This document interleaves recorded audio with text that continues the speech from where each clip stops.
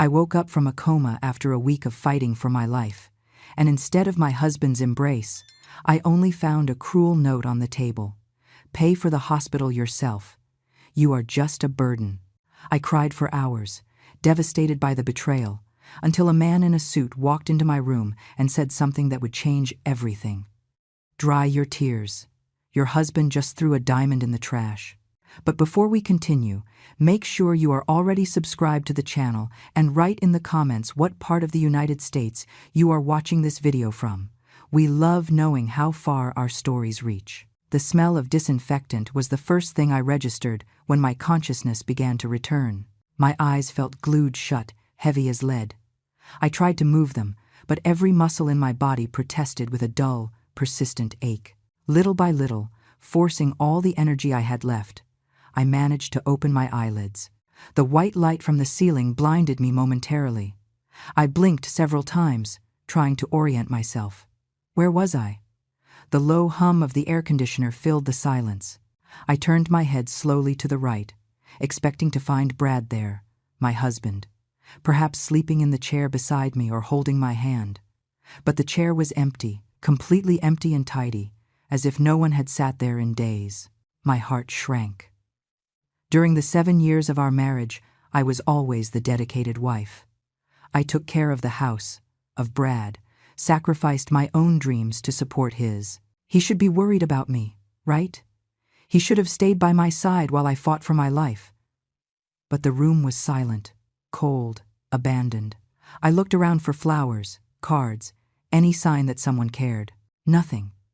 Just the white walls of the hospital and the monotonous beeping of the heart monitor beside me. I was admitted to New York Presbyterian Hospital. It was then that my eyes landed on the nightstand. There, next to a dusty glass of water, was a folded piece of paper. My hand trembled as I reached out to take it. Something inside me screamed that I should not read that, but I could not resist. I unfolded the paper with shaking fingers. The handwriting was unmistakable. Brad's rushed and rough lettering. I read the first line and felt the air escape my lungs. Pay for the hospital yourself. You are just a burden. The following words were even worse. He said he was tired of taking care of me, that I was a drag on his life, an obstacle to his success. At the end, a cold and definitive farewell. He would not be coming back. He was leaving, and I should never look for him. The paper slipped from my fingers and fell to the floor.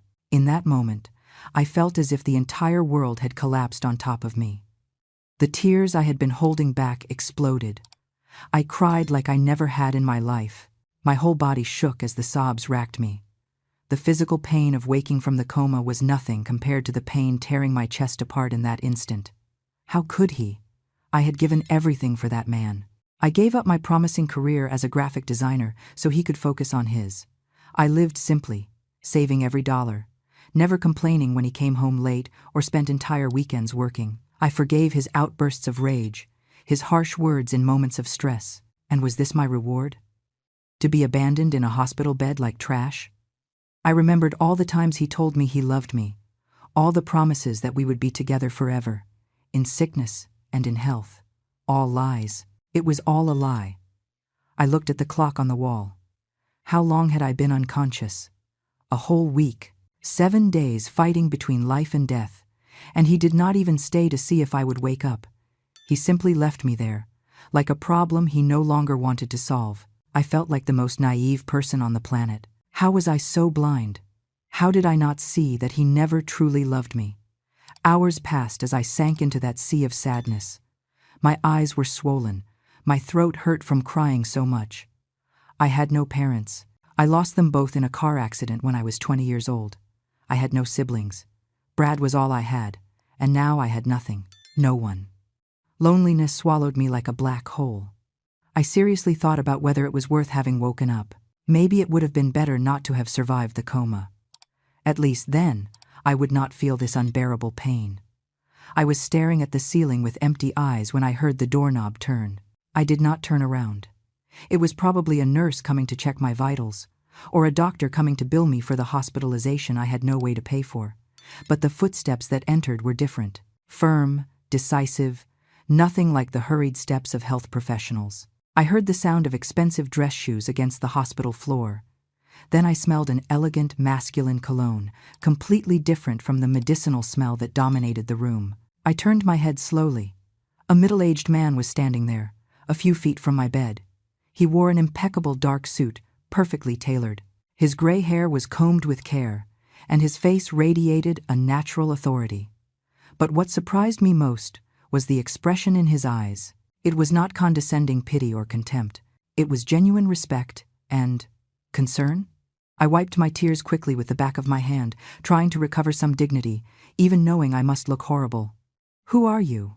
I managed to ask in a hoarse voice. He gave a slight, reassuring smile and gave a respectful bow.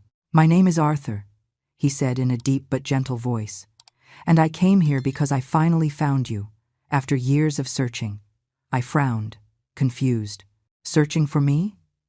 That made no sense at all. Arthur cast a brief glance at Brad's note on the floor, and something changed in his expression. A spark of anger passed through his eyes, but he quickly controlled it. "Do not cry over trash," he said, pointing to the paper. "That man just threw away a precious diamond to pick up pebbles in the street." I blinked, trying to process what he was saying. Diamond? Pebbles? What was he talking about? "He made the biggest mistake of his life by not knowing who you really are," Arthur continued, taking a step forward. "And I am here to tell you the truth that has been hidden from you for so long." My heart raced. "Truth? What truth? I do not understand," I murmured. "Who do you think I am?" Arthur pulled up a chair and sat beside me, maintaining a respectful posture. "Do you remember the accident 7 years ago?" he asked calmly. I froze. Yes, I remembered. Or rather, I remembered fragments. Intense headache, bright lights, then nothing. I woke up in a hospital with no clear memories of who I was or where I came from. Brad was there, saying he had found me and helped me. He filled in the gaps in my memory. He told me I was a woman with no family, no past. And I believed him. I depended on him for everything. "The accident was not an accident," Arthur said, and his words hit me like a punch. "You were deliberately separated from your family. And Brad, he knew it. He took advantage of your amnesia to make you believe you had no one else but him." The walls of the room seemed to be spinning. "This cannot be true," I whispered, but my voice sounded weak even to myself. Arthur took a tablet out of his leather briefcase. With careful movements, he opened a photo and turned the screen toward me. In the image, I was wearing expensive clothes, smiling next to a distinguished man with gray hair. The setting in the background was an imposing estate in the Hamptons. "This man was your father," Arthur said softly, "owner of one of the largest business conglomerates in the country. He spent the last years of his life looking for you, until he died 3 years ago of heart disease. He never gave up on finding his daughter."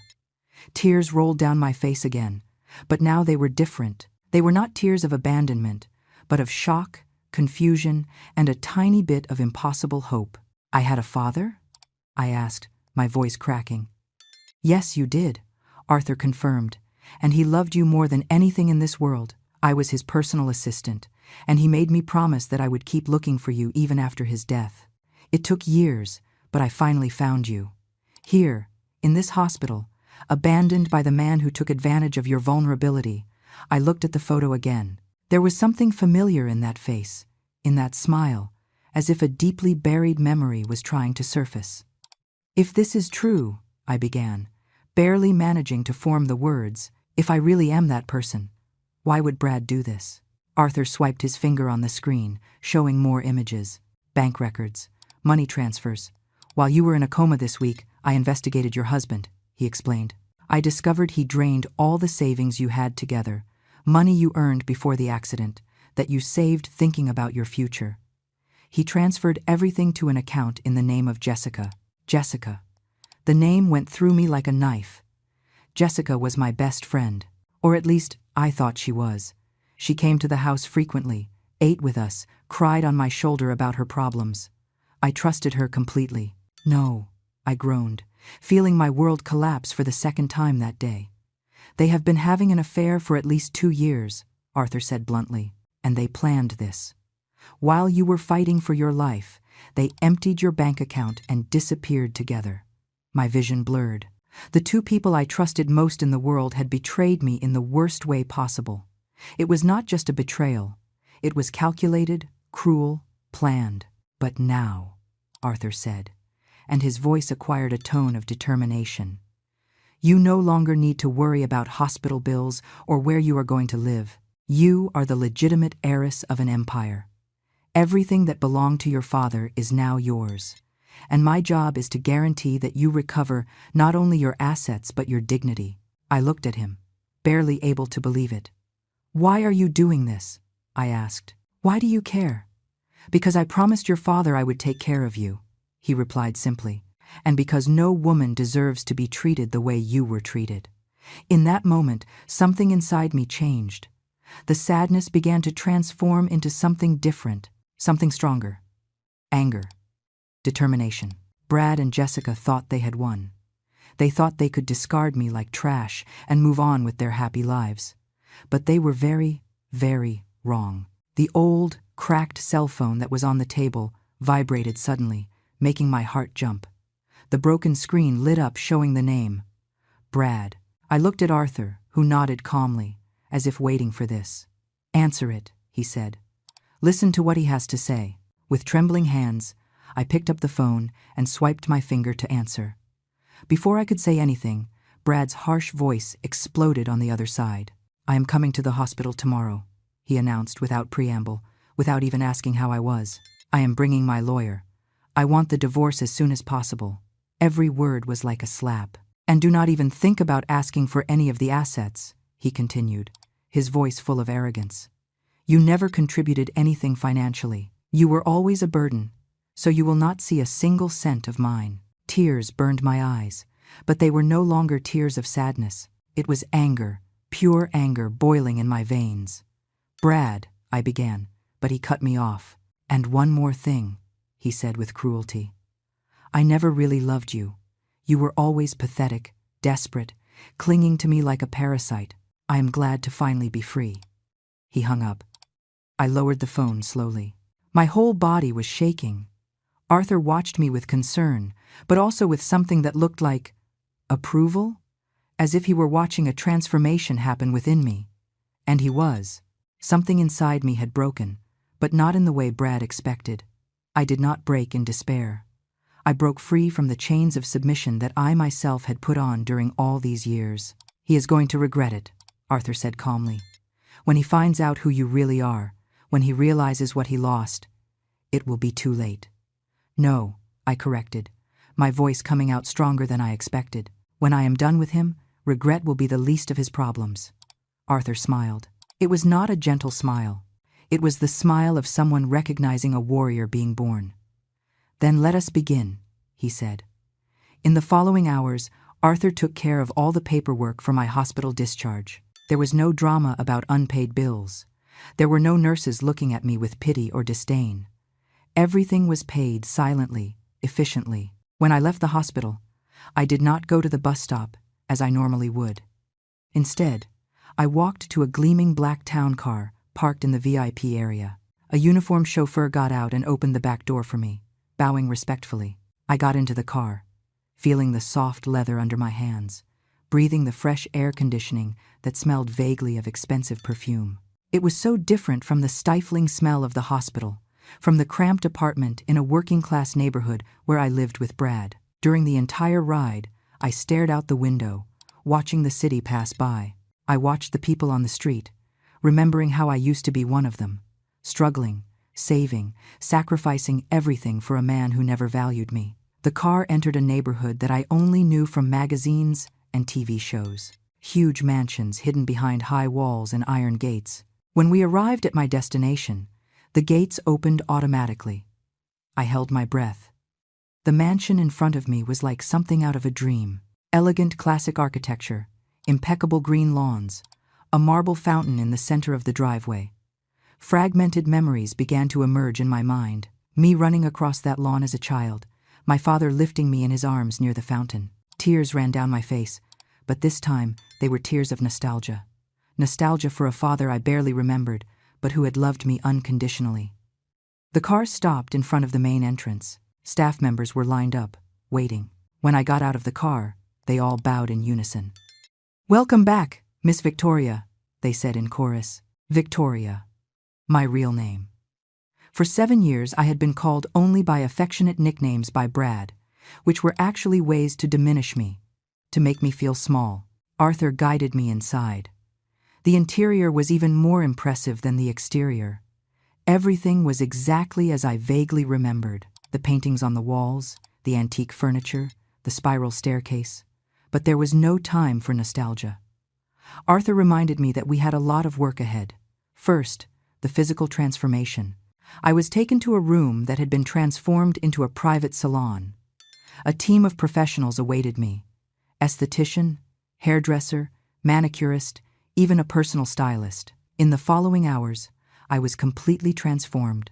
My skin, which was dull and tired from years of stress and neglect, was treated with the best products. My hair, which I cut myself to save money, was professionally treated and styled. When I looked in the mirror, I barely recognized myself. The woman staring back at me was not Brad's submissive and tired wife.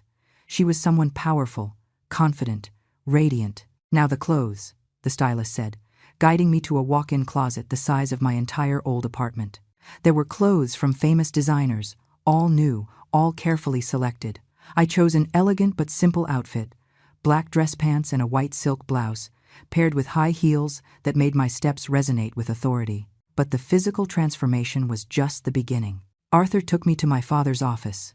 It was a huge room, dominated by a massive mahogany desk.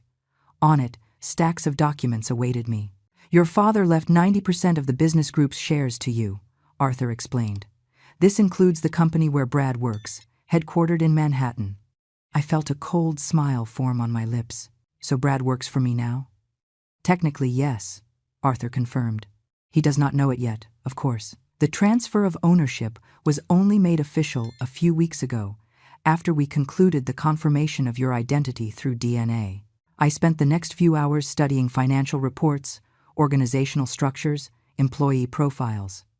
My mind, which Brad always despised as inferior, absorbed everything quickly. I discovered that I was always intelligent. I had just buried my intelligence so as not to threaten my husband's fragile ego. I analyzed Brad's department specifically. I read about the project he bragged so much about, the one that supposedly guaranteed him a recent promotion. The more I read, the more problems I found. Manipulated data, inflated reports, small frauds that had gone unnoticed by the previous management. He was always dishonest, I murmured, taking notes. And now you have the proof, said Arthur. The question is, how do you want to proceed? I leaned back in my father's large chair, the same chair where he must have made countless difficult decisions throughout his life. Tomorrow he is coming to the hospital to give me the divorce papers, I said slowly, formulating a plan. Let him come. Let him think he is winning. I am going to sign the papers. Arthur raised an eyebrow. And then? Then, I replied, feeling a cold determination settle in my chest. We are going to show him exactly what he lost. We are going to destroy every piece of the life he built on lies. Arthur smiled. It was a smile that promised revenge. There is one more thing you need to know, he said, becoming serious again. He opened a different file. This one marked confidential. My heart raced. What else could there be? During your week in a coma, I ordered some toxicological tests, Arthur explained. Standard procedure when someone goes into a sudden coma without clear medical explanation. He opened the file and put it in front of me. My eyes scanned the medical report. Technical terms I did not fully understand, but the conclusion was circled in red. Residues of toxic chemical substances found in the blood. Arsenic, in small doses, accumulated over time. Poisoning. Someone was poisoning me. It was not sickness, Arthur said gravely. It was not exhaustion or stress. Someone deliberately tried to kill you, slowly, to make it look natural. My vision blurred. I felt nausea rising in my throat. Who? I began, but deep down I already knew the answer. Arthur turned the page. There were surveillance photos. Jessica, my supposed best friend, buying something in a shady market. More photos showed jars of dangerous chemicals found in the trash of her apartment. And then, the final evidence. Footage from security cameras I did not even know existed in my own apartment. Brad pouring white powder into my tea every night. Jessica doing the same when she came to visit me. They were killing me. Together. Systematically. Why? I whispered. Although the question seemed foolish, I knew why. Money. Arthur replied simply. Brad took out a life insurance policy in your name 6 months ago. The beneficiary is him. If you died of apparently natural causes, he would receive $5 million. $5 million. That was the price of my life to him. I closed my eyes, feeling the anger burn stronger than ever. They almost succeeded, Arthur said softly. If you had stayed a few more days in that apartment, drinking what they gave you, you probably would not be here now. I opened my eyes. There were no more tears. Only cold and calculating determination. Keep that evidence safe, I ordered, my voice coming out firm and controlled. We are not going to the police yet. First, I am going to make them pay in other ways. Then, when they are completely destroyed, then I will hand everything over to the authorities. Revenge is a dish best served cold, Arthur commented. It is not revenge, I corrected. It is justice, and it is going to be served freezing. The next morning dawned clear and sunny, but I felt nothing but calculating coldness. I was back at the New York Presbyterian Hospital, in the same room where I had woken up from the coma. Arthur had arranged everything. The room was still reserved in my name, as if I had never left. I dressed on purpose in simple and worn clothes, the same ones I wore when I was Brad's submissive wife. I tied my hair in a messy bun. I wiped off any trace of makeup. I needed to look like the same pathetic woman he expected to find. Arthur was hidden behind a divider curtain, with a discreet camera already recording. We had agreed on every detail of the plan.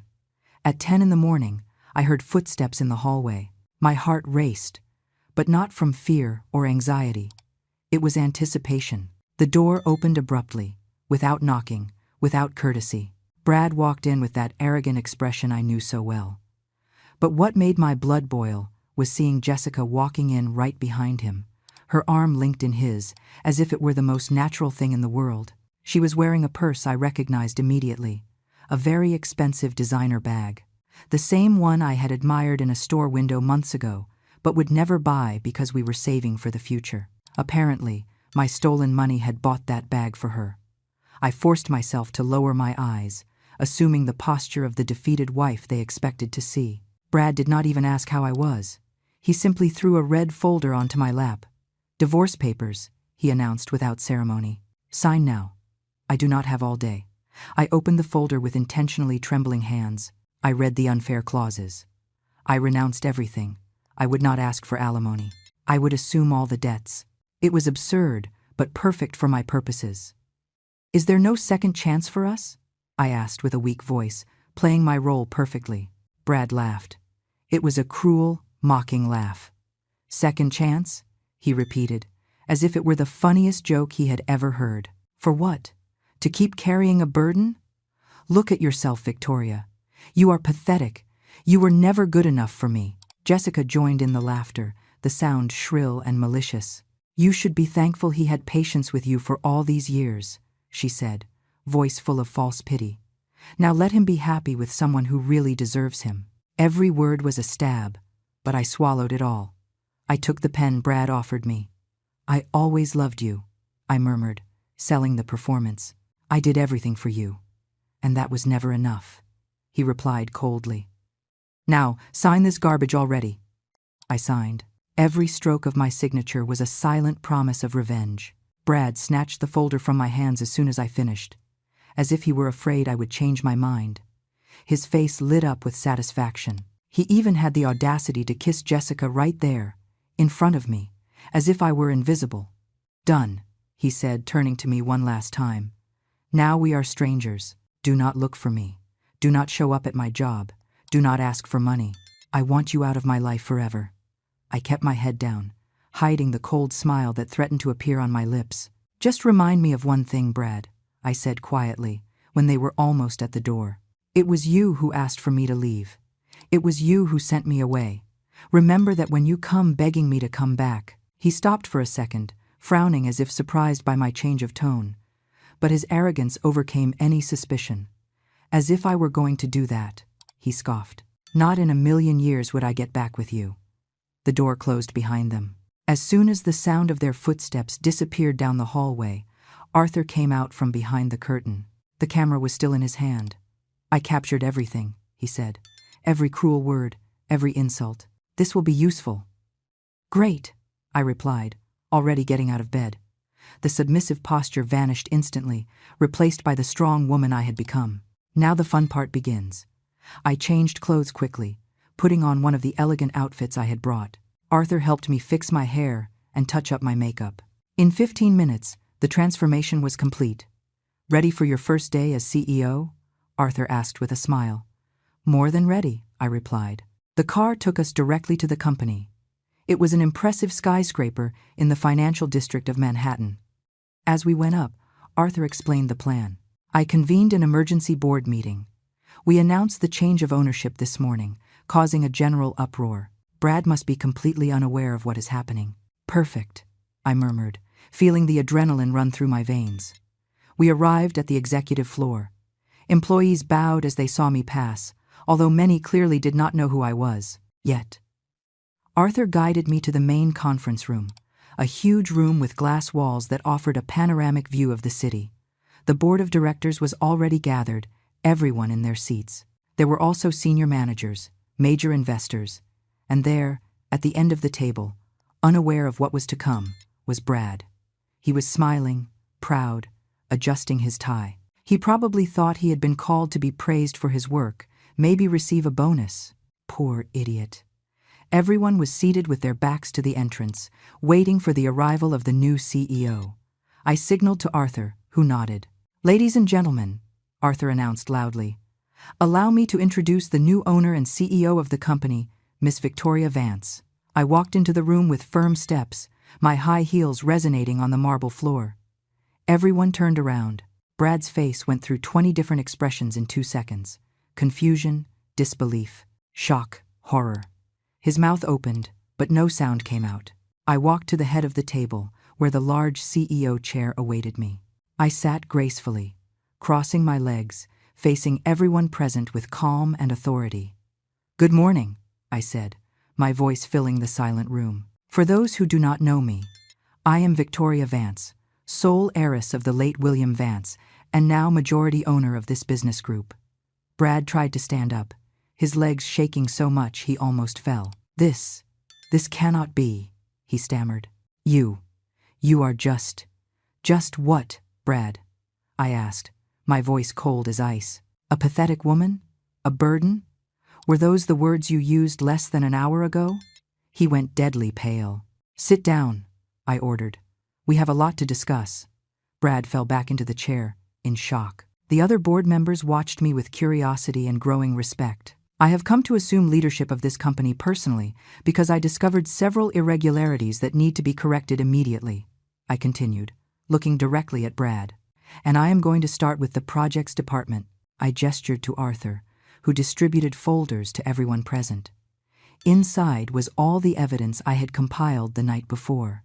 The data manipulated by Brad, the small but consistent frauds, the falsified reports. These documents prove that the project manager, Brad Thompson, has systematically deceived this company for years, I declared, manipulating data to make his projects seem more successful than they really are, embezzling small amounts that he thought no one would notice. Brad tried to protest, but one of the directors silenced him with a stern look. "Furthermore," I continued, "I discovered that he violated the company's code of ethics in multiple ways, which brings me to my decision." I paused dramatically, letting the silence weigh on everyone. "Mr. Brad Thompson, you are fired from the position of project manager, effective immediately." "No!" Brad shouted, finally finding his voice. "You cannot do this. I worked for years at this company. I can and I am," I replied calmly. "But since I know you have no financial resources at the moment, I am going to offer 2 options. First, you can accept the termination and pay a fine of $5 million for breach of contract and misconduct." I saw Brad's face turn even whiter. He did not have $5 million. I knew it. He knew I knew it. "Or option 2, I continued, savoring every word. "You can accept a transfer to a position in the warehouse, minimum wage, and work to pay off your debt through salary deductions over the next few years." It was pure humiliation, and I loved every second. You have 30 seconds to decide, I said, looking at my expensive watch. Brad stared at me with hatred and desperation. But what choice did he have? Complete bankruptcy or prolonged humiliation? I accept the transfer, he murmured, defeated. Excellent, I said with a cold smile. Security will escort you to your new job post. Immediately, 2 security guards I had positioned outside entered. They took Brad by the arms, still in a state of shock, and dragged him out of the conference room under the gazes of all his former colleagues. The door closed. I took a deep breath, feeling profound satisfaction. It was just the beginning. But what a glorious beginning. Now, I said, turning my attention back to the rest of the board, let us discuss the improvements I intend to implement in this company. The meeting continued for 2 more hours.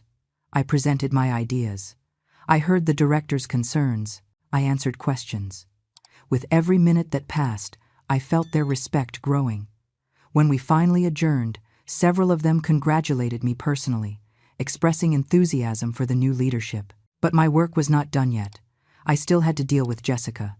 The warehouse in the basement of the building was a completely different world from the upper floors. There was no fresh air conditioning, soft carpets, or panoramic views of the city. Just stifling heat, dust floating under dim fluorescent lights, and the smell of cardboard and sweat. Through the building's security cameras, which I now had full access to, I watched Brad being handed over to the warehouse supervisor, a burly man named Big Mike, who, according to the records, had been reprimanded by Brad several times for insignificant issues in recent years. The irony was delicious. Brad was standing in the middle of the warehouse aisle, wearing his expensive suit that now looked completely out of place. The supervisor threw a worn work uniform at him. "Put this on," Big Mike ordered, with a smile that made it clear he was loving the situation. "And then I want you to move 500 boxes from Sector A to the loading dock before lunch. If you do not finish, you do not rest." I watched Brad try to protest, saying that was manual labor, that he had a college degree, but Big Mike just laughed and reminded him that now his status was that of a loader, and that he had to do what he was told or report directly to the CEO. Upon hearing my title, Brad paled and stopped complaining. I turned off the monitor, satisfied. He would spend the next few days, probably months, doing heavy manual labor, feeling every muscle ache, understanding what it really means to work hard. But my revenge was not complete. There was still Jessica. 2 hours later, there was a commotion in the building's lobby. My secretary informed me that a woman was causing a scene, screaming my name, demanding to see me. I smiled. Perfect. I asked security not to remove her yet. I wanted everyone to see what was about to happen. I went down to the lobby, accompanied by Arthur and several executives. The elevator opened, revealing a chaotic scene. Jessica was in the center of the lobby, wearing expensive but already rumpled clothes, screaming that I was an evil woman who had destroyed her and Brad's lives unfairly. She was trying to play the victim for the growing crowd of employees and visitors. When she saw me, she tried to run in my direction, but security guards stopped her. "How dare you do this to us?" she screamed, voice hysterical. "You do not have the right." Brad worked hard at this company. I approached calmly, my steps resonating in the tense silence that had taken over the lobby. I stopped a few feet from her. "Jessica," I said, voice calm but loud enough for everyone to hear. "You are right about one thing. I do not have the right to take anything from Brad, because he never had anything that was truly his. Everything he possessed was built on lies, fraud, and stolen money." "That is not true," she screamed. "You are making things up because you are jealous." I signaled to Arthur, who turned on a portable projector aimed at the white wall of the lobby. Images began to appear. Bank statements showing the transfers of the money Brad had stolen from me to Jessica's account. Photos of her buying suspicious chemical substances. Surveillance videos of her pouring things into my food. The crowd gasped collectively. Jessica's face went from red with anger to white with panic. "You and Brad did not just betray me," I continued, my voice cutting through the silence. "You tried to kill me. You systematically poisoned me for months, planning my death to collect life insurance money." Shocked murmurs echoed through the lobby. "But do you know what is most pathetic, Jessica?" I asked, stepping even closer. "You sold your soul, your integrity, committed terrible crimes for a man who is worth nothing. Congratulations, you can keep him." She opened her mouth to respond, but no words came out. "Security," I called. "Please remove this woman from the premises, and if she returns, call the police." Jessica was dragged outside, screaming empty threats and insults. The crowd slowly dispersed, whispering among themselves about the drama they had just witnessed. I returned to my office, feeling strangely empty. The revenge I had planned was unfolding perfectly, but it did not bring me the satisfaction I expected. There was something else that needed to be resolved. That night, alone in my office, looking out the window at the illuminated city below, Arthur entered silently. "The lawyers are ready to file criminal charges against Brad and Jessica," he informed me. "We have more than enough evidence to guarantee long prison sentences for both." I nodded slowly. "But?" Arthur asked, sensing my hesitation. "Will that be enough?" I asked, more to myself. "Prison, public humiliation. Will it really change anything? Will it make them understand the pain they caused?" "Probably not," Arthur replied honestly. "People like them rarely learn. But it is not about them learning. It is about justice, and about you moving on." He was right. I knew he was right. "There is one more thing you need to know," Arthur said, placing another folder on my desk. "Information that arrived today." I opened the folder. Inside were documents showing that Jessica was pregnant. By Brad, presumably. My stomach turned. "She is trying to use this as a way to get money out of him," Arthur explained. "But, considering Brad's current financial situation, they are having a child," I murmured, feeling a strange twinge in my chest. It was not jealousy. It was pity? For the innocent child who would be born to two selfish criminals? "What do you want to do with this information?" Arthur asked. I closed the folder decisively. "Nothing," I replied.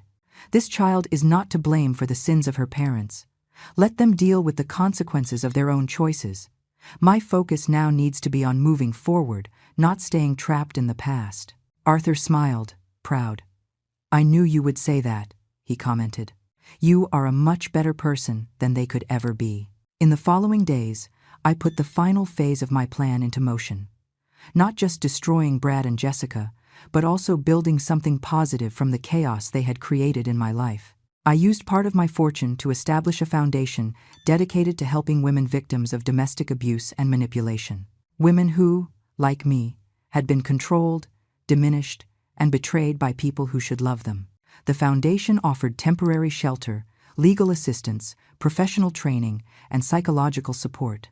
I wanted to ensure that no other woman had to go through what I went through, feeling completely alone and without resources. The response was overwhelming.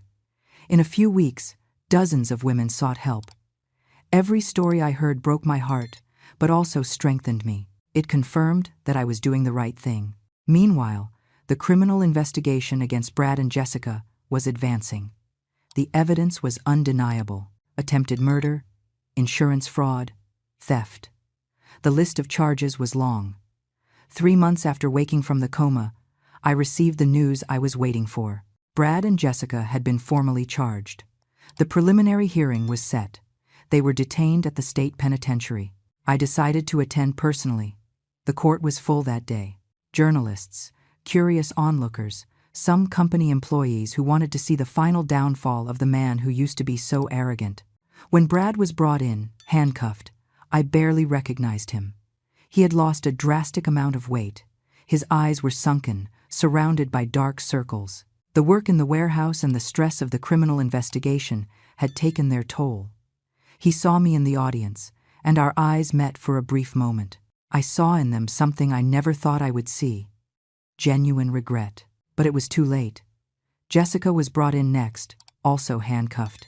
She looked equally shattered, her belly already showing signs of pregnancy. The district attorney presented the evidence methodically: the surveillance videos showing the poisoning, the bank records proving the theft.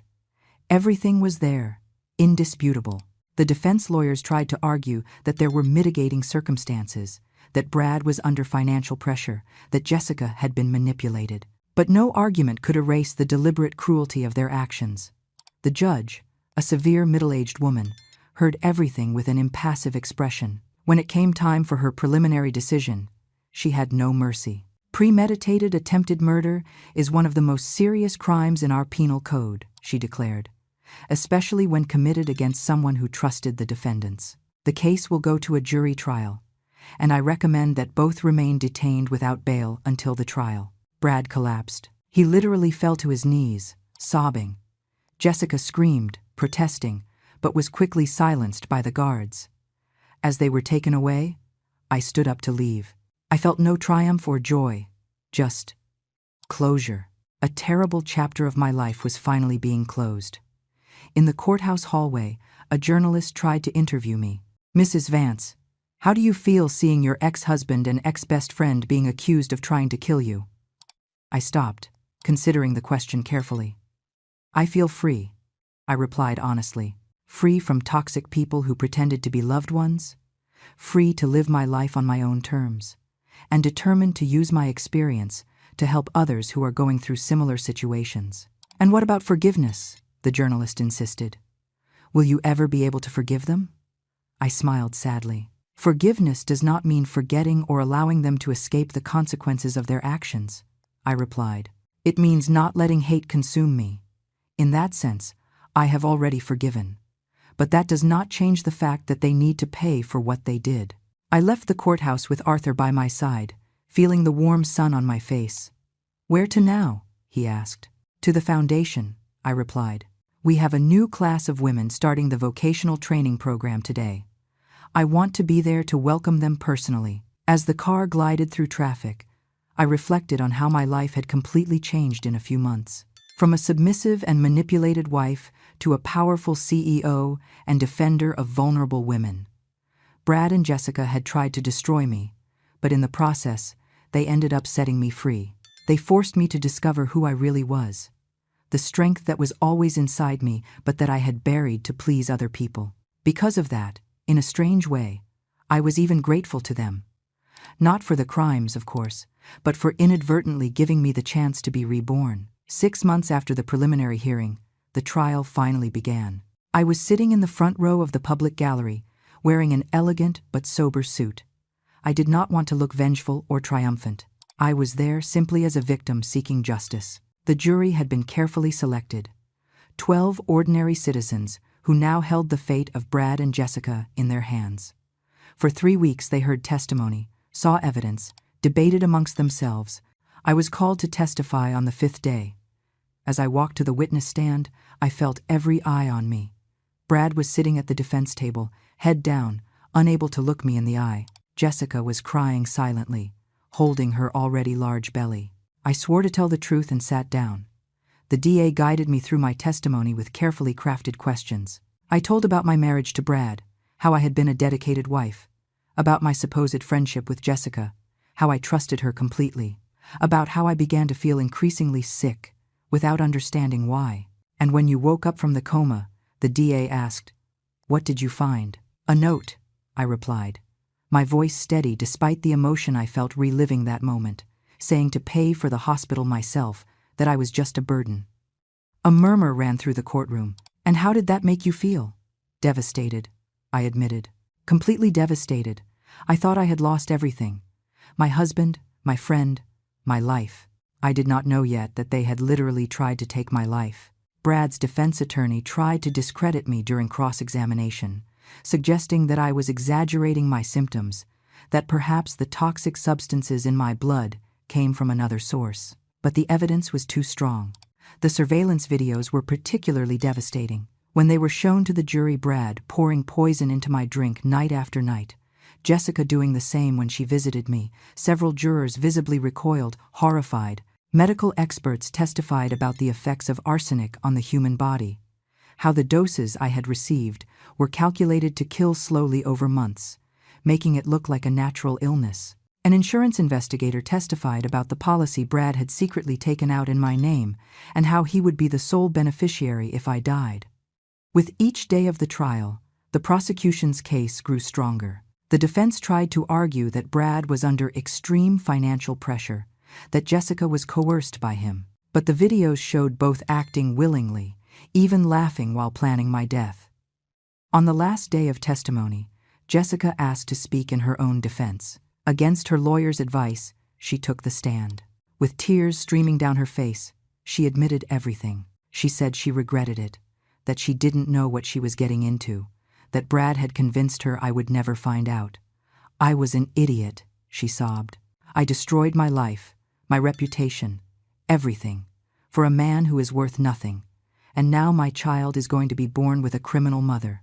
It was a dramatic moment, but also pathetic. She was trying to gain sympathy from the jury with the pregnancy, but it was too obvious. Brad did not testify. His lawyer wisely decided to keep him quiet, knowing that anything he said would only make things worse. During closing arguments, the prosecutor was ruthless. "Ladies and gentlemen of the jury," he said, pointing to Brad and Jessica, "you saw the evidence. You saw the videos. You heard the expert's testimony. These two individuals, people the victim loved and trusted completely, deliberately tried to kill her out of greed, for money. There is no mitigating circumstance that justifies this. There is no excuse. They need to pay for what they did." The defense attorney tried to appeal to the jury's compassion, talking about how Brad had a family to support, how Jessica was pregnant, but his words rang hollow against the weight of the evidence. The jury retired to deliberate. I left the courtroom, not wanting to stay there waiting. Arthur accompanied me to a nearby cafe. "How are you feeling?" he asked, as we drank coffee. "Strange," I admitted. "For months I worked to get to this moment, and now that it is here, I do not know what to feel. I am not happy. I am not sad. Just tired." "It is understandable," Arthur said. "You went through immense trauma, but it is almost over. Soon you will truly be able to move on." 2 hours later, we received the call. The jury had reached a verdict. We rushed back to the courtroom. The room was full again, everyone anxious to hear the result. The judge entered and called for silence. The jury foreman stood up, holding a piece of paper. "In the case of the state versus Brad Thompson and Jessica Sanders," he began, voice clear, "as to the charge of attempted first-degree murder, we find the defendants guilty." Brad collapsed onto the table, burying his face in his hands. Jessica screamed, protesting, but was quickly comforted by her lawyer. "As to the charge of insurance fraud," the foreman continued, "guilty. As to the charge of aggravated theft, guilty. Guilty on all counts." The judge thanked the jury and set sentencing for 2 weeks later. When I left the court that time, I finally felt a little peace. Justice had been done. It was not about revenge. It was about accountability, about ensuring that people who do terrible things do not go unpunished. The 2 weeks until sentencing passed quickly. I spent that time immersed in foundation work. We helped 30 more women that month get out of abusive situations, to rebuild their lives. Every woman I helped was a victory, proof that something good could come even from the most horrible experience. When the day of sentencing arrived, I attended again. The courtroom was even more crowded than before, with TV cameras outside capturing everything. The judge entered and got straight to the point. "Brad Thompson and Jessica Sanders," she said, voice stern. "You have been found guilty of serious crimes. You tried to take the life of an innocent person out of greed. You betrayed the trust of someone who loved you. There are not enough mitigating factors to justify leniency." She looked directly at Brad. "Mr. Thompson, you are sentenced to 20 years in prison without the possibility of parole for the first 10 years. Brad moaned, but did not protest. He knew it was useless. "Miss Sanders," the judge continued, "in consideration of your pregnancy and the fact that you have shown some genuine remorse, your sentence will be 15 years, with the possibility of parole after 8 years. Your child, when born, will be placed in state custody until you prove yourself capable of being a fit mother." Jessica sobbed, but nodded in acceptance. "Furthermore," the judge added, "both are ordered to pay restitution to the victim for the full value of the damages caused, including medical expenses, emotional suffering, and therapy." The gavel banged. It was done. As Brad and Jessica were led away in handcuffs, I felt something I did not expect: compassion. Not for their crimes, but for how they had wasted their lives, for how greed and selfishness had destroyed them. Outside the courtroom, journalists crowded around me. "Mrs. Vance, are you satisfied with the sentence?" "Yes," I replied simply. Justice was done. Now I can truly move on. What is next for you? Continuing my work at the foundation, I said, helping other women who are going through similar situations, using my experience to make a difference in the world. And what about forgiveness? Did you forgive Brad and Jessica? I paused, considering the question carefully. Forgiveness is complex, I replied. I am not going to forget what they did. I am not going to minimize the gravity of their crimes, but I am also not going to let hate consume my life. In that sense, yes, I forgave. Not for them, but for me, so that I can live in peace. Later that day, I was alone in my office, looking out the window at the city. Arthur entered silently. Is everything okay? He asked. Yes, I replied honestly. For the first time in a long time, I am truly okay. What did Brad say to you before being taken away? Arthur asked. I saw you exchanged a few words. I had forgotten to mention it. When the guards were taking Brad away, he had asked to speak with me for a moment. Against my better judgment, I agreed. He was teary-eyed, voice broken. I am sorry, he had whispered, for everything. You were always too good for me, and I treated you like trash. You were a diamond, exactly like that man said, and I was too much of an idiot to see it. Yes, you were, I replied simply. If I could go back? But you cannot, I interrupted. No one can. We have to live with the consequences of our choices. You chose greed over love. You chose betrayal over loyalty. And now you are going to spend the next 20 years thinking about that. You are so different, he said, looking at me with something that seemed like admiration mixed with regret. Strong, confident. It is like you are a completely different person. I am not different, I corrected. I was always this person. You just never allowed me to be. You kept me small so you could feel big. But now I am free to be who I really am. Those were the last words I exchanged with him. The guards took him away, and I turned without looking back. I told this to Arthur now, weeks later. And how did you feel saying that to him? Arthur asked. Powerful, I admitted, but also sad. Sad for the person I was, who accepted being treated that way. Sad for the time I wasted with someone who did not value me. But you did not waste that time, Arthur said wisely. You learned from it. You grew. You became the incredible woman you are today. None of this would happen if you had not gone through that horrible experience. He was right. In a strange and twisted way, Brad did me a favor by betraying me so completely. He forced me to wake up, to see my own worth, to fight for myself. You know what is funny? I said, turning to face Arthur. For years, my entire identity was tied to being Brad's wife. I was not Victoria. I was Brad's wife. And now that I am no longer that, I discovered who Victoria really is, and she is much better than I ever imagined. Arthur smiled, proud. Your father would be very proud of you, he said softly. Those words moved me more than I expected. Tears filled my eyes. Do you think so? I am sure, Arthur replied. He always said you had a strong spirit, even as a child. That when you grew up, you would be a force for good in the world. And he was right. The months following Brad and Jessica's sentencing were transformative. I immersed myself completely in the Foundation's work, expanding our services to 3 different cities. We were helping hundreds of women now, offering not only temporary shelter, but also real vocational training, competent legal assistance, and perhaps most importantly, a community of support.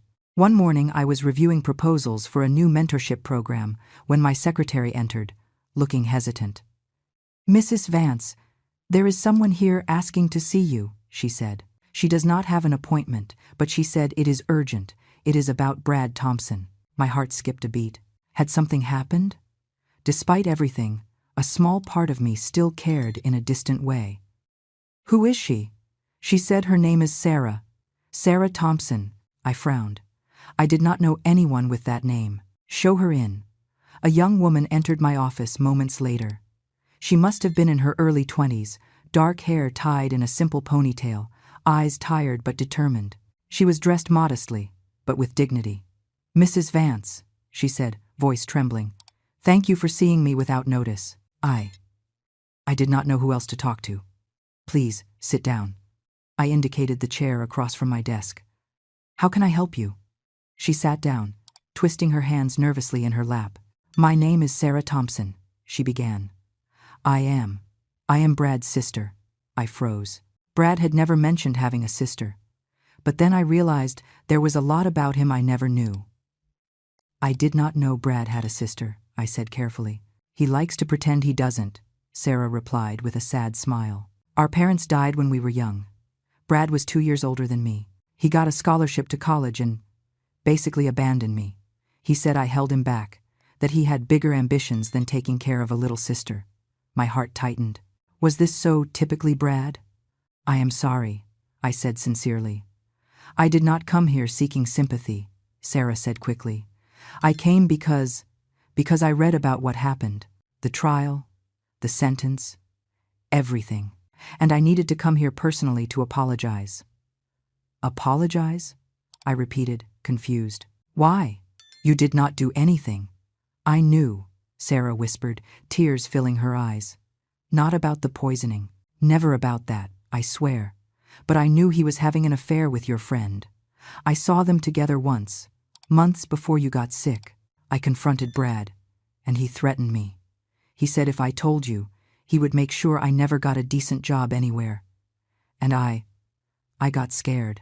I needed my job, so I stayed quiet. She was crying openly now, and because of my silence, you suffered. You almost died, and I need to live with that for the rest of my life. I stood up and walked around the desk, kneeling beside her and taking her hands. Sarah, look at me, I said softly. She raised her red eyes. You are not responsible for your brother's actions. He manipulated and intimidated you, just as he did with me for years.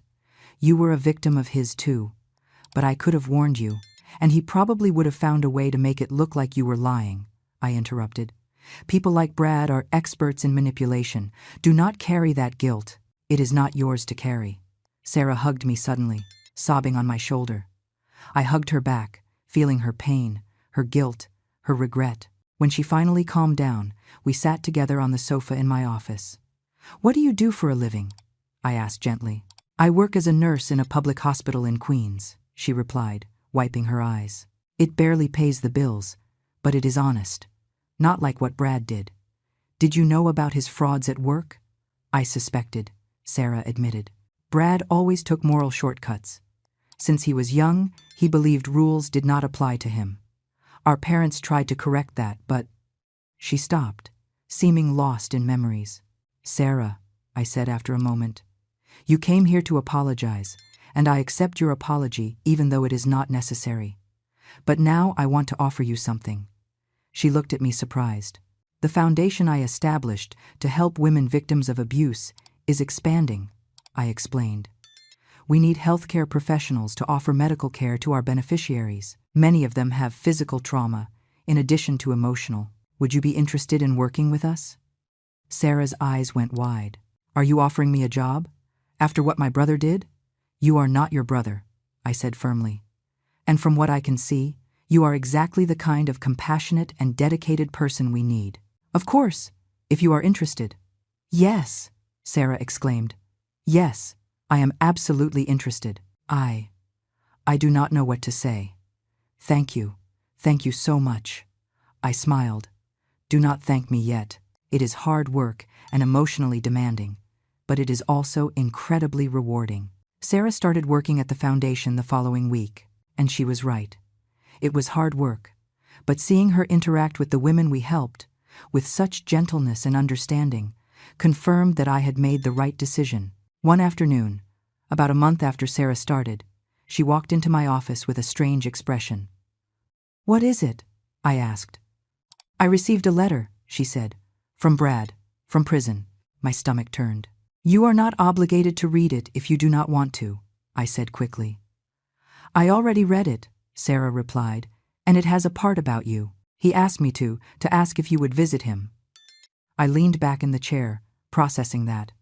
He wants me to visit him in prison? He said he needs to talk to you, Sarah explained, that there are things he needs to say personally. But I understand completely if you do not want to go. You do not owe him anything. I remained silent for a long moment, considering. I will think about it, I said finally. Over the next few days, the idea of visiting Brad haunted me. Part of me wanted to never see him again. But another part, the part seeking complete closure, felt that maybe I needed to hear what he had to say. I discussed it with Arthur. I do not think it is a good idea, he said frankly. He does not deserve more of your time or energy. I know, I nodded. But maybe I need it, not for him, but for me. To completely close this chapter, Arthur sighed. If you decide to go, I am going with you. I do not trust him, even behind bars. A week later, I found myself entering a maximum security prison for the first time in my life. The security process was rigorous. Search, metal detector, multiple logs. Every steel door that slammed shut behind me made my heart beat faster. Arthur was by my side, a comforting presence. I was taken to a visitation room. It was Spartan, just a metal table bolted to the floor, 2 chairs on either side, and a guard positioned in the corner. I sat and waited. When Brad entered, I barely recognized him. He had lost a drastic amount of weight, eyes sunken, hair cropped close. The orange prison uniform seemed to swallow his shrunken frame. He looked like he had aged 20 years in months. He sat on the other side of the table, handcuffed, and looked at me with eyes that seemed to carry the weight of the world. You came, he whispered, voice hoarse. I didn't think you would come. I almost didn't, I replied honestly. Why did you ask me to come here, Brad? He lowered his gaze to his handcuffed hands on the table. Because I need you to know the truth, the whole truth. I already know the truth, I said coldly. I saw it on the videos, I heard it at the trial. Not all of it, he insisted. There are things I never said, things that I need to get off my chest before they consume me. I crossed my arms. I am listening. Brad took a deep breath, as if gathering courage. When I met you, he began. After that accident, I already knew who you were. I knew you were Victoria Vance, heiress to a fortune. And that was exactly why I approached you. The words fell like bombs, but I kept my expression neutral. Go on. I worked at your company, he explained. I knew the story of how the owner's daughter had disappeared years earlier. When I saw you in the hospital, confused, without memories, I recognized you from old photos. And I saw an opportunity. My jaw clenched, but I forced myself to keep listening. My original plan was to marry you, wait for you to recover your memory or be found by the family, and then divorce you, taking half the fortune, Brad continued, voice growing weaker. But as the years went by, and no one found you, I realized you would never recover your memory completely. And then the plan changed. To kill me, I finished, voice flat. Yes, he admitted, tears streaming down his face. But I want you to know, in the beginning, before everything got so twisted, there were moments when I really cared about you. You were so sweet, so dedicated. You had a purity I had never known before. But it wasn't enough to overcome your greed, I said. No, he nodded miserably. And that turns me into the monster I am. Victoria, you didn't deserve any of what I did. Nothing.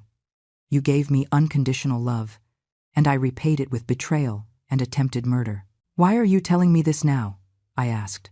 Seeking forgiveness? Redemption? No, he replied, shaking his head. I know I deserve neither. I am telling you because you deserve to know that none of this was your fault. You always questioned yourself. I know. You questioned if you weren't enough of a wife, if you could have done something different. And I need you to know there was nothing you could do. I was rotten from the start. I stayed silent, processing his words. And Jessica? I asked finally. Did she know from the beginning too?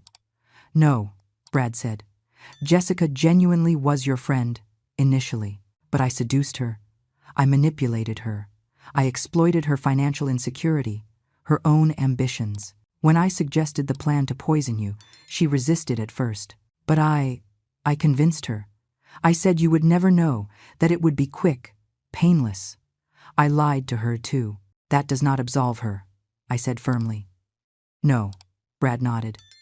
It does not absolve. She made terrible choices, just like me, and we are both paying for that. He looked around the grim visitation room. 20 years here, he murmured. 20 years to think about how I threw away the only good thing I ever had in life. You were my diamond, exactly like that man said, and I traded you for worthless stones. Yes, you traded, I agreed without pity. And now you have to live with that. I know, he said, and I will. But before you go, I need to say one last thing. I waited. Thank you, he said, voice cracking, for being the incredible person you are, for using your pain to help others through the foundation. Sarah told me about your work there, about how you treated her with kindness, even being my sister.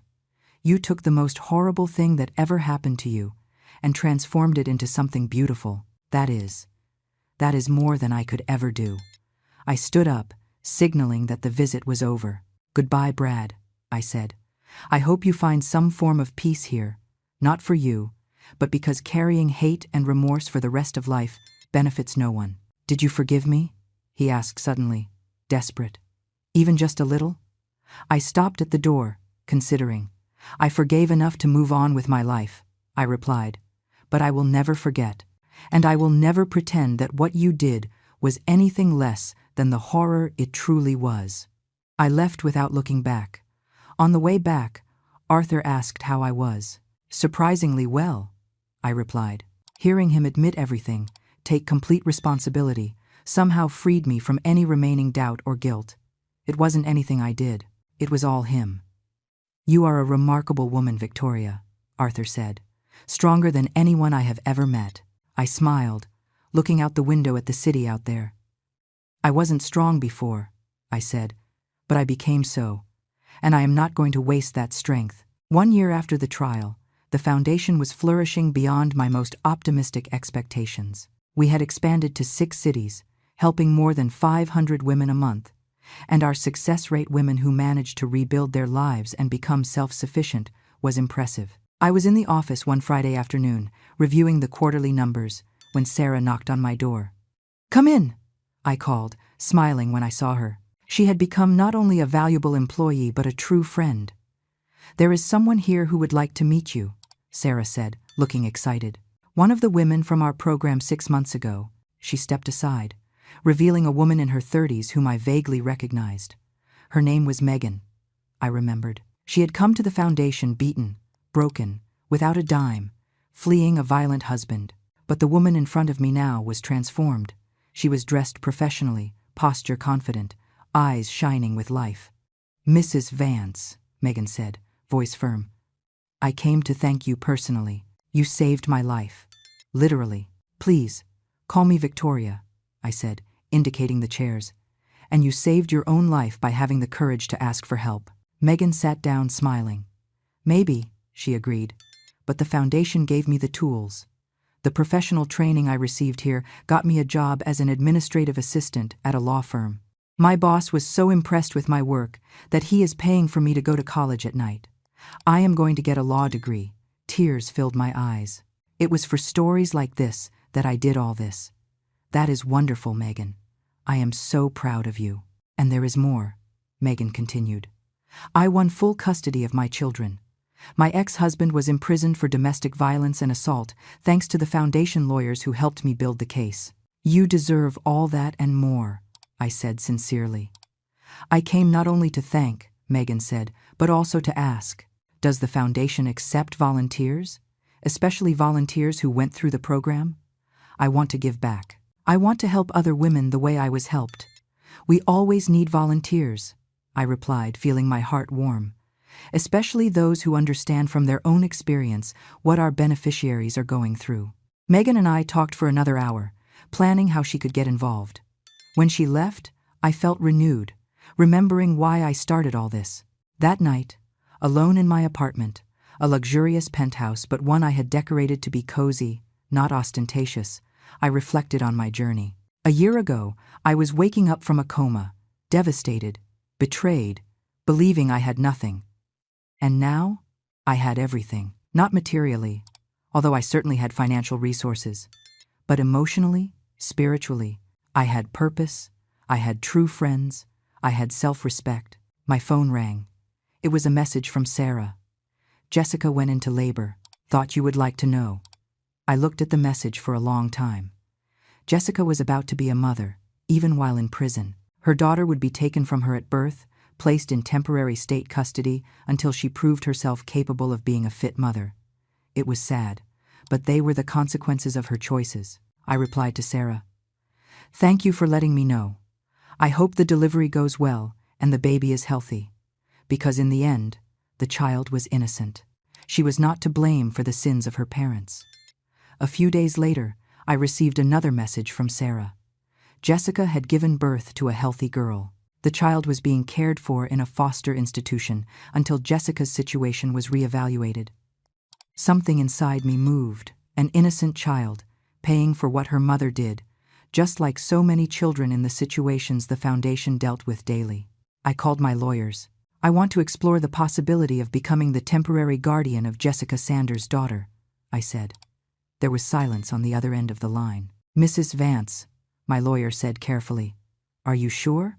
That is the daughter of the woman who tried to kill you. The daughter is innocent, I replied firmly. And as long as Jessica is in prison, this child deserves a chance. She deserves love and care, not to be thrown into the system. And if Jessica objects, then I will respect her decision, I said. But at least I am going to offer. The process took weeks. Background checks, psychological evaluations, home visits, all to ensure I would be a suitable guardian. During that time, I visited Jessica in prison. It was strange being on the other side of the visitation table, where Brad had sat months before.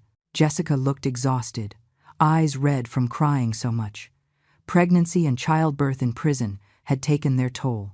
Why are you here? She asked, voice suspicious. To make a proposal, I replied calmly. Your daughter needs someone to take care of her while you serve your sentence. I am offering to be her temporary guardian. Jessica stared at me as if I had grown a second head. Are you kidding me? After what I did? I am not doing this for you, I clarified. I am doing it for the child. Every child deserves a chance, regardless of who their parents are. And I thought you might prefer someone you know to take care of her, instead of strangers in the system. Jessica started to cry. I do not understand, she sobbed. Why would you do that? How can you be so good after everything? I am not good, I corrected. I am just someone who believes the cycle of pain has to stop somewhere. Your daughter is not to blame. She deserves better. If you do this, Jessica said between sobs, I promise I will do everything to be a better mother when I get out of here. I will do therapy. I will change. I will. Jessica, I interrupted gently. Do not promise anything now. Just focus on serving your sentence, on working on yourself. We will see the rest at the right time. 2 months later, after endless approvals and paperwork, a social worker appeared at my door holding a tiny baby wrapped in a pink blanket. Mrs. Vance, she said. This is Lily, Jessica Sanders' daughter. I took the baby in my arms, looking at that perfect and innocent face. Lily looked back at me with big, curious eyes, and my heart melted. Welcome home, Lily, I whispered. The following months were the most challenging and rewarding of my life. Taking care of a baby while managing a company and a foundation was not easy, but I hired a wonderful nanny to help, and Sarah was a dedicated adoptive aunt. Seeing Lily grow, learn, smile was magical. She was a constant reminder that good can come even from the most horrible situations. I visited Jessica once a month in prison, bringing photos and videos of Lily. Jessica always cried. She always thanked me. She always swore she would be better. Only time would tell if she would keep those promises. 2 years passed. The foundation continued to grow. We had helped thousands of women now, each with their story of survival and triumph. Lily was 2 years old, a happy and chatty little girl who lit up every day. Jessica had progressed well in prison, participating in all available rehabilitation programs, working hard to prove she deserved a second chance. And I had finally found true peace. It was not the peace of a life without problems. There were still daily challenges, both personal and professional. But it was the peace of knowing who I was, what I was worth, what I could offer the world. One afternoon I was sitting in the park with Lily, watching her play on the slide, when my phone rang. It was an unknown number. Hello? "Mrs. Vance," said a formal male voice. "This is from the state penitentiary." Brad Thompson asked to call. He is very sick. He does not have much time left. He is asking to see you one last time." My heart tightened. How much time? Doctors say maybe days. A week at most. I looked at Lily laughing happily on the slide, so full of life and joy. Then I thought about Brad, dying alone in a prison cell. "I am going to visit him tomorrow," I said. The next day, I entered that familiar prison again. But this time, I was taken to the infirmary, not the visitation room. Brad was lying on a narrow bed, connected to machines that beeped softly. He had lost even more weight, skin gray, eyes sunken. He looked 80 years old, not the 40-something he really was. I sat in the chair next to the bed. His eyes opened slowly. "You came," he whispered, voice weak. "I came," I confirmed. "Cancer," he explained. "Terminal stage. Ironically, my body is killing me the way I tried to kill you. Slowly, painfully. I am very sorry you are suffering," I said. And it was true. Even after everything, I did not wish anyone to suffer that way. "Do not be," he replied. "It is karma, justice. I deserved it." We stayed in silence for a moment. "Lily is beautiful," he said suddenly. "Sarah showed me photos. You are taking care of the daughter of the woman who tried to kill you. Why? Because someone needs to break the cycle," I replied simply. "And Lily is innocent." Brad smiled weakly. "You were always better than any of us deserved," he murmured, "and I am going to die knowing I threw away the best thing I ever had." "Brad," I said softly, "have you forgiven yourself yet?" He looked at me surprised. "Forgive myself?" "Yes," I confirmed. "You regretted it. You took responsibility. You are paying for what you did. But did you forgive yourself?" Tears streamed from the corners of his eyes. "How can I, after everything I did? Because carrying that hate for yourself in the last moments of your life only hurts you more," I said. "You cannot change the past, but you can choose how you face the end." "Did you forgive me?" he asked, voice cracking. "Even just a little?" I thought carefully before answering. "Yes," I said finally. "I forgave. It does not mean I forgot, or that what you did was acceptable, but it means I do not carry anger or hate anymore. You are a broken man who made terrible choices, and you are paying the ultimate price for those choices. Carrying anger beyond that serves no purpose."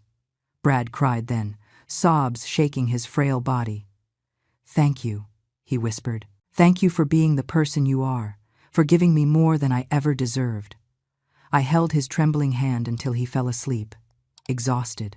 Brad Thompson died 3 days later. Sarah called me with the news, her own voice full of conflicted tears.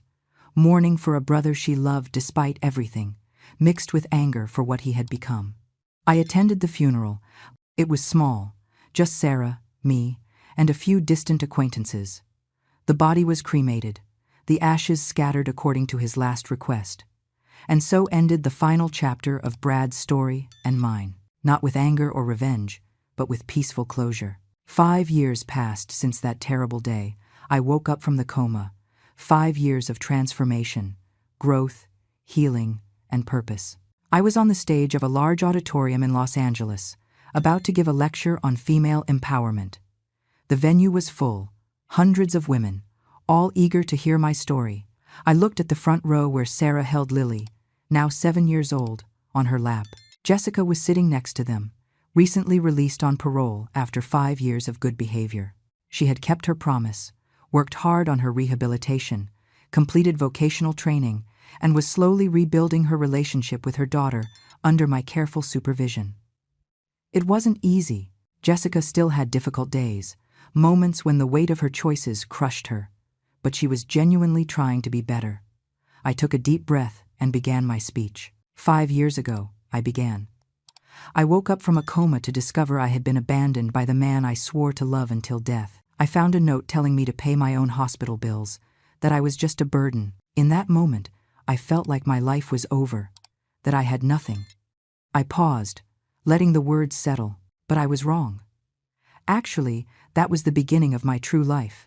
Because only when I lost everything I thought was important, my marriage, my supposed best friend, my identity as a wife, did I discover who I really was. I told my story. Not all the sordid details, but enough. The poisoning, the betrayal, the discovery of my true identity, the revenge I sought, and the justice I found. But the most important part of the story, I continued, is not about revenge or justice. It is about what I chose to do after. It is about taking the deepest pain and transforming it into purpose.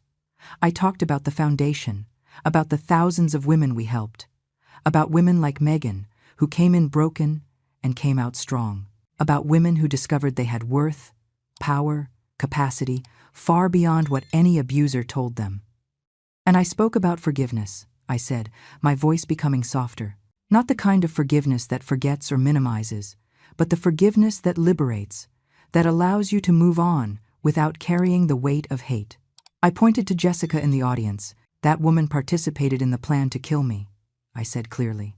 She spent 5 years in prison for her crimes and is now sitting here because I chose not to let what she did define her entire existence.